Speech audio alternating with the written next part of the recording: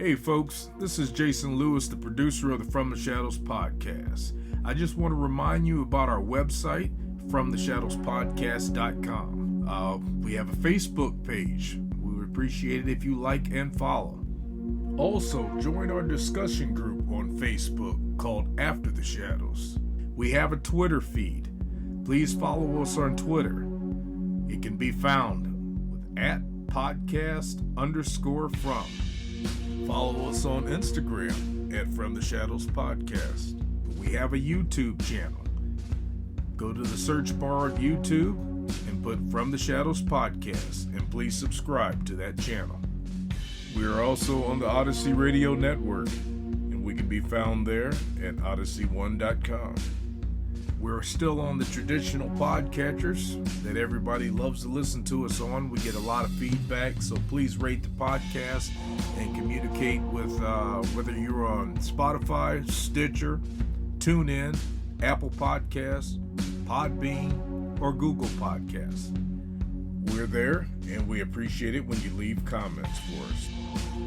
We also have a Patreon page. It can be found at www.patreon.com/FromTheShadows. You can receive books, stickers, coffee mugs, and special content just for our Patreon subscribers. Check it out for yourself and see what packages that we have to offer. Well, that's all I have for you right now, folks, and thanks for being a part of the From the Shadows podcast family. So with that being said, let's get this episode started. Okay, so Bruce, the story about Bruce was spectacular. Everybody loved it, you know. But how do you top that? How do you top the gunfight story of somebody shooting themselves in the leg? You know, I tell you what, really, and I didn't appreciate it until later on. I mean, 20 plus years later on, you guys know offline that there was a brief time in my career where I was assigned to the FBI's counterterrorism division, and I was assigned to domestic terrorism, and it really helped me because there's something about I just never looked down on some of these people, and believe me, they should be looked down on. You know what I mean? So when you have to go talk to them or you enter these environments, you know, most of the guys the FBI worked with were, if not Ivy League, certainly Division I educated attorneys. You know what I mean? And they have never been in a trailer post gunfight with hamburgers still on the grill. You know what I mean? They can't do it. You know what I mean? They just, yeah. It almost goes on to overload. You know what I mean? So you've got to deal with some of these people. So prior to my federal experience, I was a deputy, and I had the misfortune of being assigned to a struggling drug unit. And when I say struggling, most of the guys that worked in there had all grown up in middle class houses, playing baseball and apple pie and make good grades and get a 4-year degree, and now you're a cop, right? Well, those people sometimes struggle to have empathy with the dregs of society, right? Yeah, I know people like that just you know what I mean. They're just, on paper, administration thinks they're great, but when they get out in the real world, they can't. You know what I mean? They can't. And I'll give you two prime. It started to be one prime example, but it kind of dovetails into two, just like the Bruce story. Once I get to going, they had this informant, and that's what they called them back in the days. Now they call them sources, whatever. They were informants. So I'm brand new. When I say I'm brand new to this unit, right? So I'm like the new guy, and just like in the movies, you got all these dudes that, I mean, they think they're Miami Vice, right? They're the coolest, the best. They know what's going on. Blah blah blah blah blah.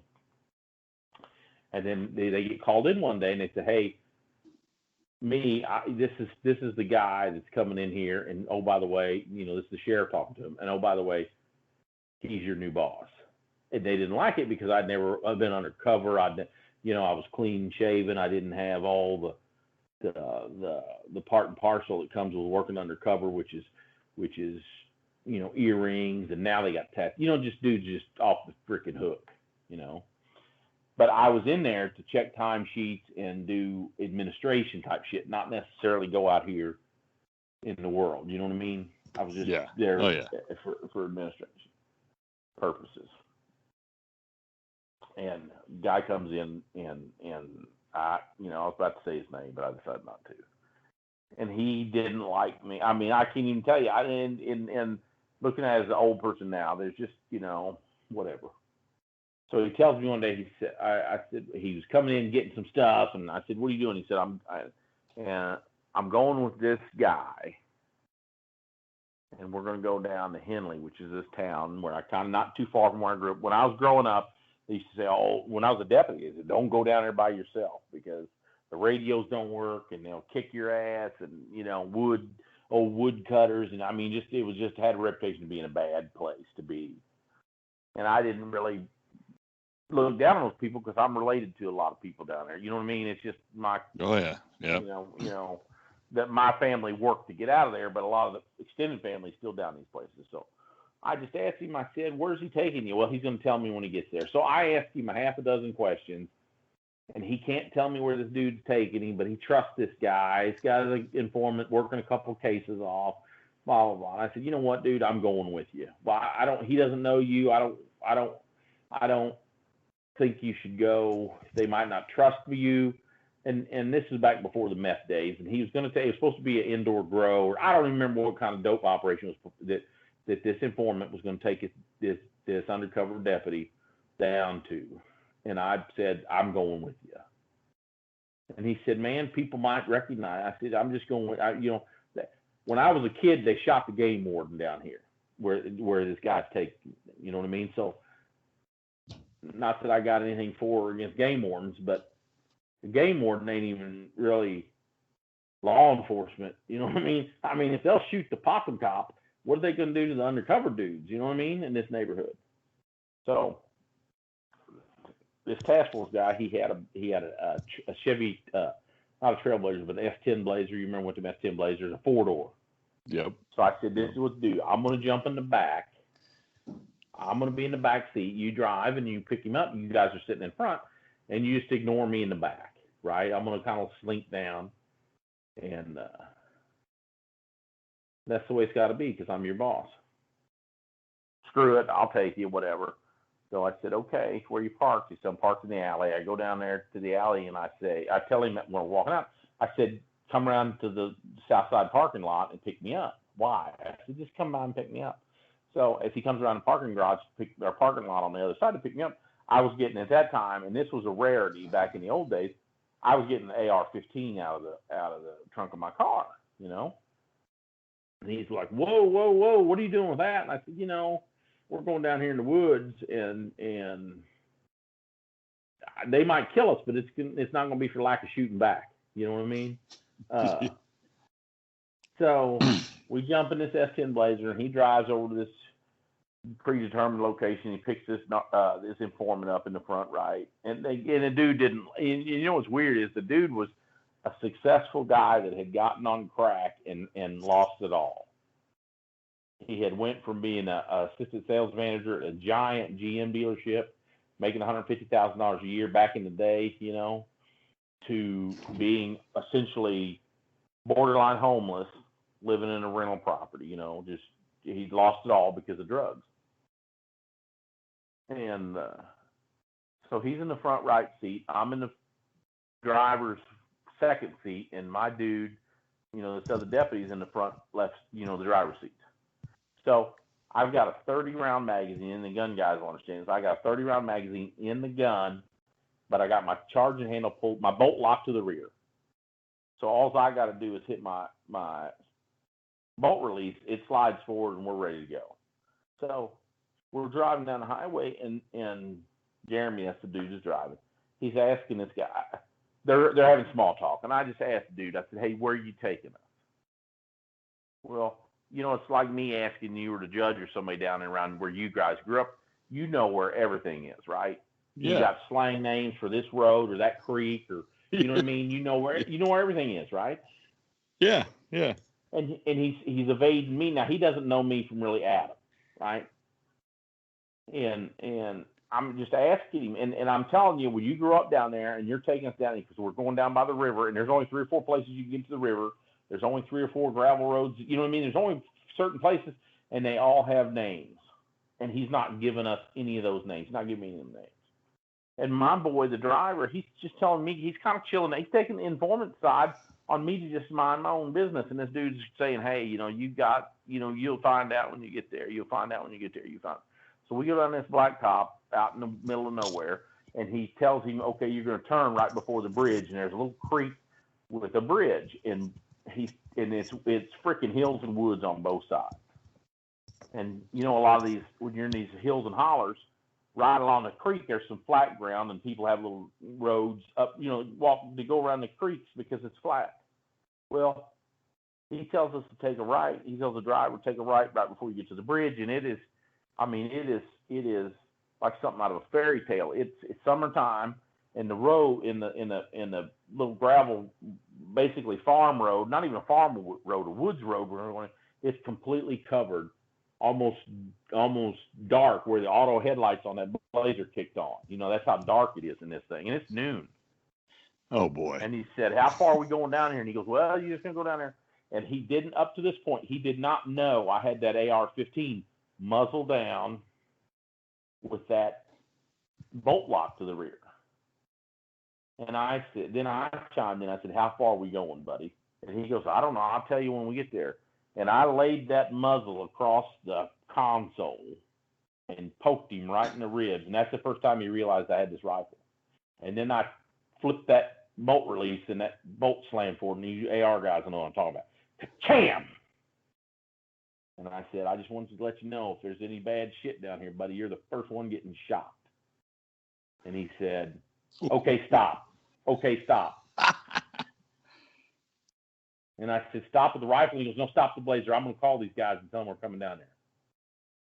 And he got on the phone. He called these dudes. We ended up going down there, and I ended up threatening about 4 or 5 dudes. I don't remember how many total. And what I think they were doing is they were going down there, and this undercover guy, they were going to kick his ass. I don't think they were going to kill him, but they were trying to beat him up or whatever because he was a punk. So keep that in your mind. I blackballed this guy. We kicked him out and said, "Don't ever call us again." Because what they were doing is they were paying him when he would rat people out, right? Because he'd lost it all, you know what I mean? And they'd give him $50 or $100 to So he was ratting somebody out. So he was ratting people out. He was basically bringing. He told the dude he had ratted on this, this undercover deputy had used him so many times, and really I think he was trying to save face from these guys because they knew he was narking, you know what I mean, and different things, and I don't know what he was going to gain by bringing Jeremy down there and getting Jeremy's ass kicked or whatever. Okay. Yeah. But about 3 weeks, 6 weeks, there's a time frame. I missed the best part of the story, and I'm going to have to tell the beginning at the end, but it'll tie together nicely in a second. Month or so, 6 weeks later, phone rings. I'm in the office. They say, "Hey, this dude's on the phone for you. He wants Jeremy, but Jeremy's not here. Can you talk to him?" And I said, "Yeah, I'll talk to him." I got him on the phone. I said, "Yeah, hey, who's this?" And he goes, "Who's this?" And I said, "This is me, He goes, "I don't know. Do I know you?" And I said, "Yeah, I rode down there to Henley with you guys." He goes, "Oh, you're my MFer that put the rifle in my stomach." And I said, "Yeah." And he goes, "Oh, dude, I can't talk to you." And I said, "Well, you can talk to me. I don't know. What do you need?" And he goes, "Well, would you help me out if I needed it?" And I said, "I don't know. What do you need?" And he goes, "Well, the water pumps out of my wife's car, and she's got to get to work." And I said, "What?" And he goes, "The water pumps out of my wife's car, and she's got to get to work, and I think it was $119 is what it was." Because I said, "How much is water pump?" "Well, it's $119 at O'Reilly." And I said, "I don't know. What are you going to give me, man?" And he goes, "You're going to give me the $119? And I said, I don't know if I'll give you the $119. I'll tell you what I'll do, though. I'll go buy you the water pump." Because what happens is when you give these people, his wife probably needed the water pump, but if I'd given him $120, he'd have pissed it away before he ever got back home. Does that make sense? Oh, yeah, so absolutely. He's like, "Are you serious?" So I met him down at O'Reilly, and I bought him the water pump. Oh, because then he needed a ride. He needed me to get it and bring it to him because he ain't got no car because the only car they had is this crappy, Chrysler. And so I go down, and there's a paperwork thing when you take case funds out as cash. I have to take them. I get a water pump, buy this dude's water pump, bring it over to him and his old lady, so he can try to work on his card so she can go to work because he's too freaking lazy and he's a convicted felon and he's on probation for all this dope shit he did. But I'll tell you why I was so mean to him. Because what happened is my partner ran straight back to the sheriff and said, my God, he threatened this dude. They're not going to work with us. He threatened these guys down here in the Henley and whatever. And the sheriff called me and said, what happened down there? And I said, he was going to Henley by himself. And the old sheriff, cigarette smoking dude that was working when the game warden got shot. And he goes, God damn, you can't go down there by yourself. They'll kill you. And I said, exactly. And I said, I brought my rifle and they was we were going down there. He couldn't tell me why we were going, where we were going, and blah, blah, blah. And I went down and I said I did threaten them dudes. I don't remember what I told them, get back. Or I don't remember what I told them, but they wanted to act like outlaws. So I was going to treat them like outlaws, basically. And the sheriff says, well, I don't remember. He said something like, well, you think they'll complain or whatever. And I said, I don't really care if you complain. He said, well, I do. I said, do you realize in this guy, I want to tell you this, the informant's name, but I keep wanting to say it because anyway, let's call him JL. I said, you know who that JL is, don't you? And the sheriff says, no. And I said, well, he's the guy because when he was narking, I went and talked to his probation officer. And I pulled these police reports. And one of the things he was arrested for, he had a big domestic, he had crack, and he had an Escalade. I told you he worked at this big GM dealership, right? Yeah.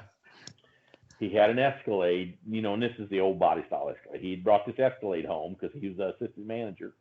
And he got in a domestic with his old lady, and she made him leave. And the cops cops get called. Cops tell him he's got to leave.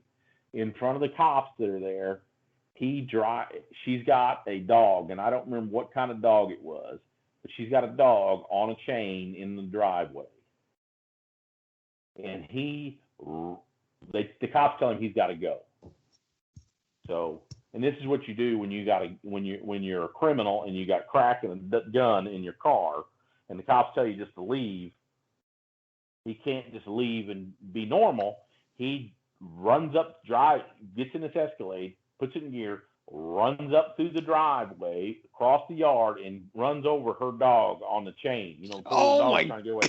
So he ran over a dog on a chain in the driveway, and then veered back through the yard and jumped back on the street. And by that time, the cops are in their cars. They ran him down, pulled him out, kicked his ass, and found his crack and the gun and everything else. So if anybody needs killing, it's this guy, right? I mean, I'll take the complaint any day of the week. You go complain on me. Once I tell them you ran over a dog on a chain, for Christ's sake.